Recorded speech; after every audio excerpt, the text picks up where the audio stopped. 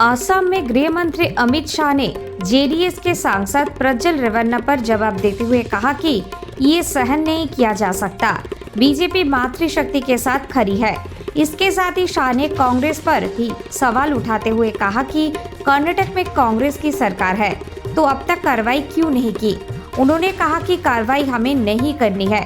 Law and order का issue state का issue है। उन्होंने कहा कि प्रियंका गांधी हमसे सवाल पूछ रही है।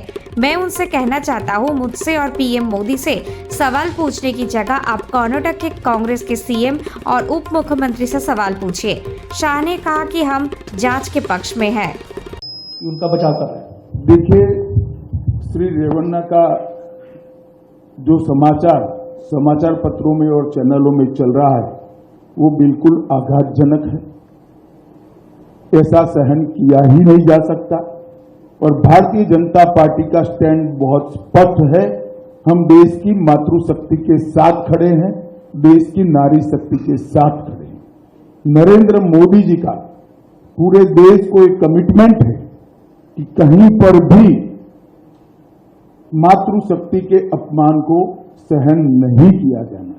परंतु कांग्रेस पार्टी जो हम पर आरोप लगाना चाहती है, मैं छोटी सी बात पूछना चाहता हूं। वहां सरकार किसकी है?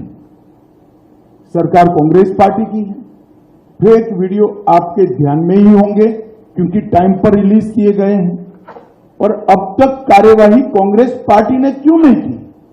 कार्यवाही हमने नहीं करनी है। ये लॉ एंड ऑर्डर का इश्यू स्टेट का इश्यू है। प्रियंका जी हमसे सवाल पूछ रही है। मैं प्रियंका जी को कहना चाहता हूं, नरेंद्र मोदी जी और मुझसे सवाल पूछने की जगह आपके मुख्यमंत्री उप मुख्यमंत्री को सवाल करिए कि आपकी सरकार क्या कर रही है, क्यों जांच नहीं हो रही है। हम जांच के पक्ष में है और हमारे साथी दल जेडीएस ने भी उन पर कदम उठाने की घोषणा की है।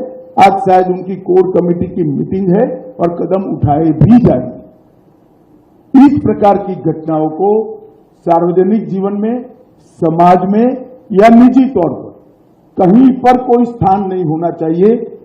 कठोर से कठोर कदम उठाने चाहिए।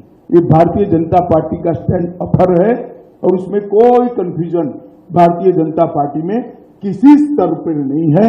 हम महिला शक्ति के अपमान का, मातृशक्ति के अपमान का घोर निंदा करते हैं।